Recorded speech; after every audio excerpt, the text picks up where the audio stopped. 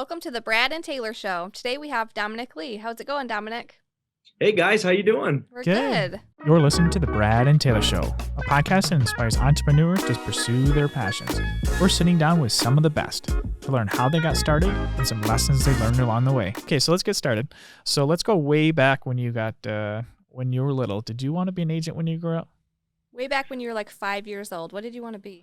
Oh man, no. When I was 5 years old, I did not ever envision being a real estate agent. That's for darn sure. I was probably back then, my first love was definitely in sports. Like I feel like a lot of 5-year-old boys' first love happens, but it was definitely football.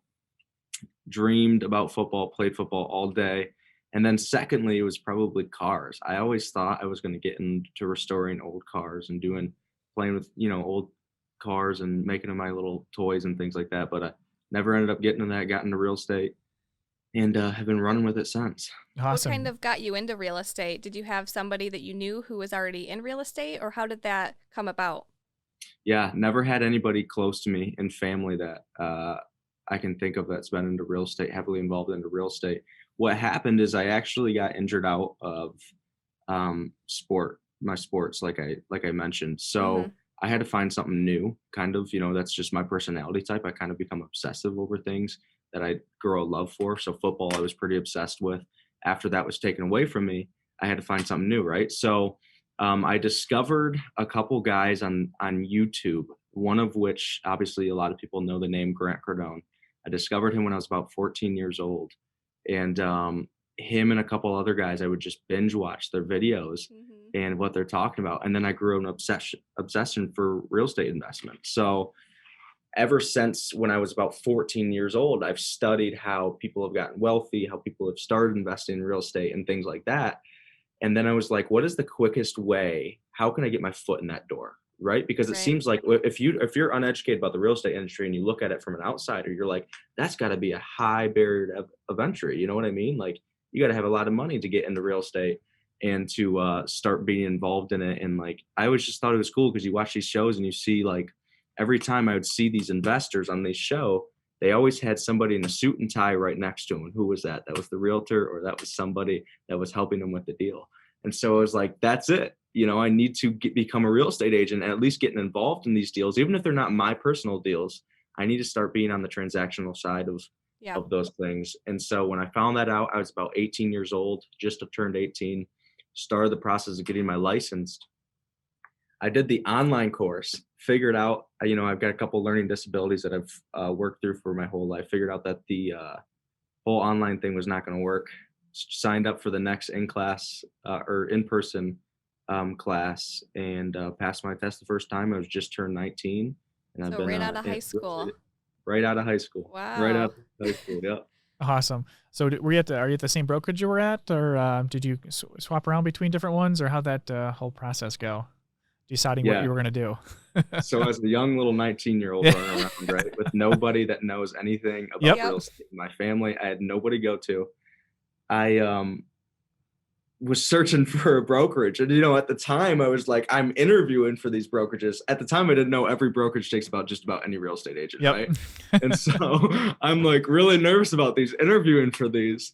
And Debbie Barnett, the broker for Berkshire Hathaway Home Services, the local Berkshire Hathaway Home Services in Lansing, Tomie Raines is the name of it, set up a meeting with me. And she's like, well, I would love to take a shot on you. You're young, you're ambitious. We'd love to have you. And so right then and there, I was like, you know what? She said she'd take a shot on me. And she said she believed in me at the age that I was. That's enough for me, And it was funny because she wasn't like, I was also nervous about money at that time. I was a broke college student. I was in classes at the time when I joined.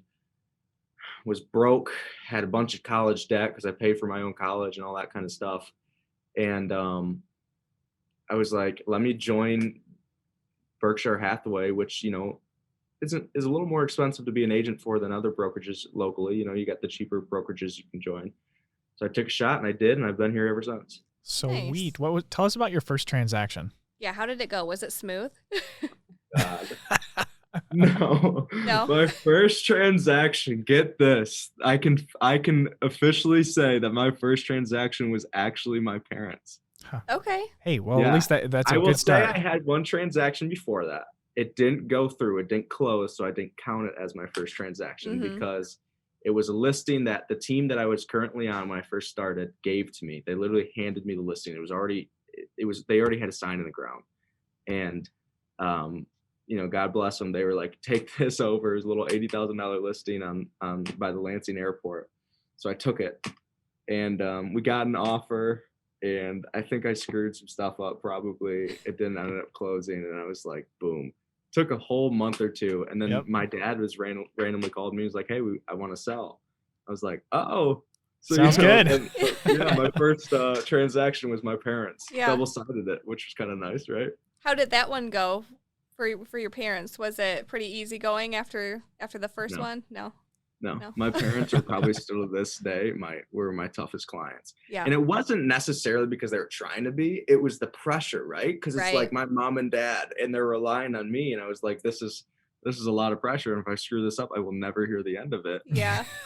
Yeah, that would stay with you forever. Your whole family would hear about it.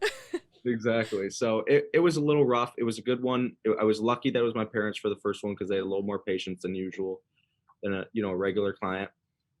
With that being said, it was still pretty tough. I couldn't find them a home. We had a listing shortage at that time. Now, obviously, everybody knows we're 2021. We have even more of an extreme listing shortage right now. So I ended up finding them a for sale by owner after we sold their house in a matter of like 4 hours. I think I sold it, and then I had to find them a new property, and it ended up being a for sale by owner. So it worked out pretty well. That's sweet. Well, good thing that worked out that way. What kind of advice did you get back in the day that stuck with you this whole entire time from when you started? Maybe from somebody, a mentor or somebody that you got? Yeah, it would be don't listen to the naysayers. Sweet. That's Seriously. awesome. I heard right when I joined real estate, I joined the brokerage. And like I said, I loved my broker. I would never, I love the people at this company, but they all asked me what my goal was for my first year. And I said, it seemed typical. I said, I want to make $100,000. Yeah. And they said, every agent says that. And I said, oh, every agent says that, then I want to make $110,000. And they started laughing. And so it took me 90 days. I had 90 days of my first year. I didn't make a dime. I was going backwards because every day that you don't sell something in real estate, you're spending money. Some 90 days I didn't. My parents happened. I made a little bit of money, and then boom, I took off right when I learned the actual process, and I learned what prospecting actually was. Like I didn't even know what that was. I learned what that was. Ended up making my goal my first year in real estate. Made $112,000, and I remember doing that, and I was like, I just felt good because it was one of my mentors that told me never listen to the naysayers, and it was hard because everybody in my brokerage was saying, no, you can't do that. That's going to be very hard. You'll be lucky if you make 20K. Yeah. And I fought through it and didn't listen to him. Yeah, that's awesome. You probably were like, probably the whole entire time, you're like, oh yeah, this is my last transaction, guys, and I got them all won. Yep. All those people that told me I couldn't do it. Exactly. It was. Yeah, it was. It was kind of funny. It was a good little spark for sure. Yeah, for sure. I totally understand that one completely. We kind of had similar situations. Somebody told us we couldn't, like when we told them what we were going to do for a business, they were like, no one does that. There's no way, no one's going to do that. And ever since that day, we pretty much built the entire business off of that. Well, you guys changed the industry. You guys changed the industry. It would have taken me few lifetimes to think of the idea of the business that you guys started. And then you guys just found your little niche and you took advantage of it. And I was like, holy cow. Yeah, it's crazy. And now you're doing how many interviews? You said you had 100 something interviews left. You've already done what, 300 probably? I don't know, something crazy. Yeah, it's crazy. Like, yeah. Got a lot left, but yeah, it's pretty crazy. But anyways, let's talk about kind of where you're at kind of right now in your journey in your business, where because you've kind of changed and not just doing it by yourself anymore. You're kind of doing it with you kind of got a team now, and you want to talk about that?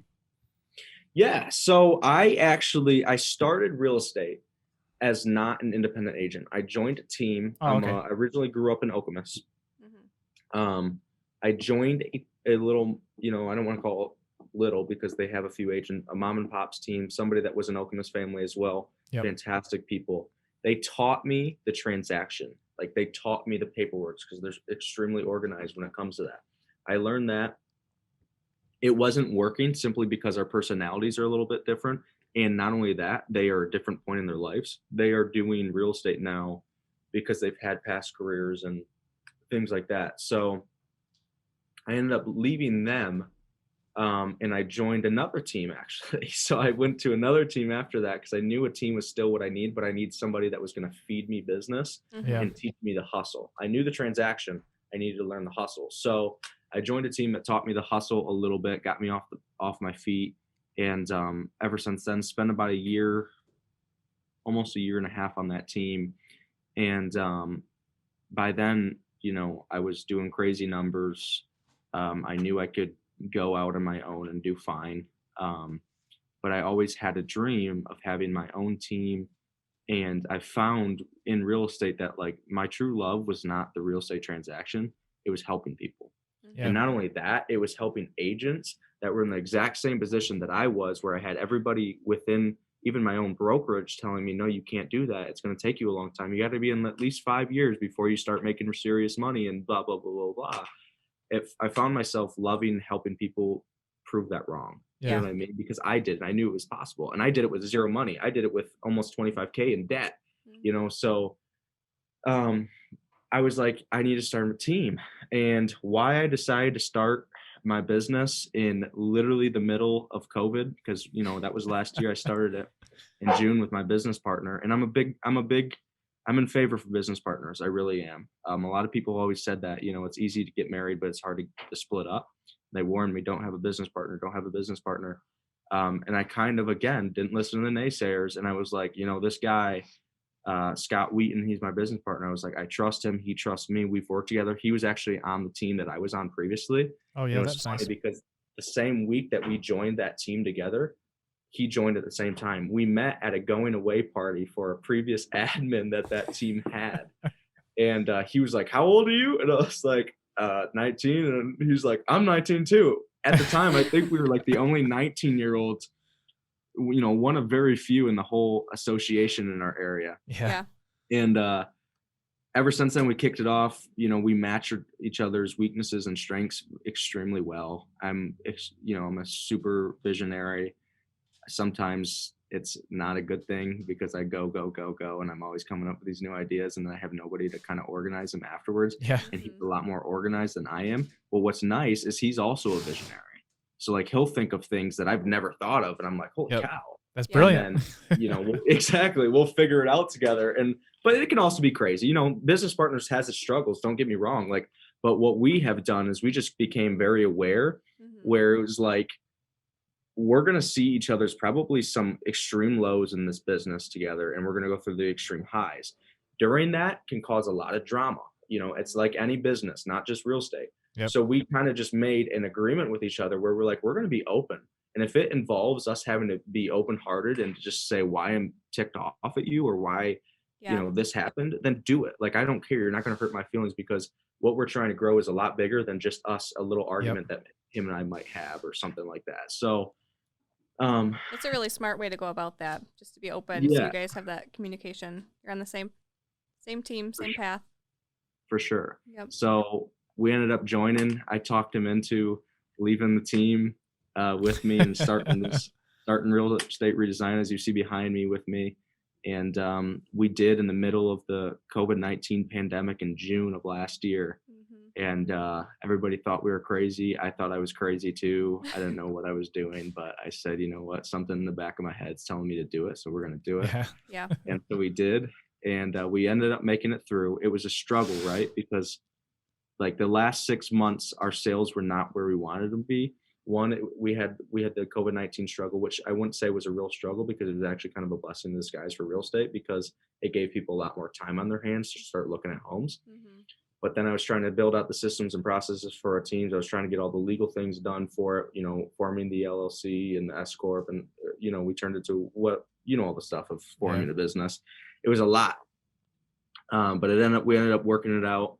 And then up until now, we've hired our first agent. We have an intern, and we're beginning the hiring process of our first marketing admin. Nice. Sweet. So where do you guys plan on going in the next 5 years? I know a lot's changing right now. Where do you see yourself in 5 years from now? Next 5 years, we plan on having this business, local Lansing business, fully up and running, fully running by itself, where I can walk out of the business when I need to at any point that I need to. We plan on having at least 15 or more agents on this team. We definitely, I don't want to go into our sales goals. We definitely want to have a large chunk in our association, we'll just say. Yep. And then I want to start expanding to other areas, because there's a lot of other areas that are very attractive to me. As I mentioned, off script before we hit the record button, there's some areas down south that interest me that I think are kind of our blueprint of our team could succeed at in other areas. So we're going to start investigating those areas, and who knows, I'm just going to keep running with it. Yep. For sure. What's ideal? What's an ideal location you're looking at? You don't have to say names, but what does an ideal idea when someone goes and searches for a new location? What would they look for? You don't have to say names for a location. So selfishly, a little bit, I'm kind of looking somewhere a little bit warmer. Yeah. Oh yeah. I understand that. I wake up mornings like this before this interview where we just got 6 to 8 inches of snow or something like that. And it's below zero right now. And I'm like, wow, I could be in Florida or Texas or somewhere like that in the warm, and I'd be just fine. I'd be doing all right. So probably selfishly somewhere a little bit warmer, but honestly, that doesn't matter to me. Like I said, that's just more of a personal preference. I look at the sales and the active listings. So, and I also look at population growth and that kind of stuff.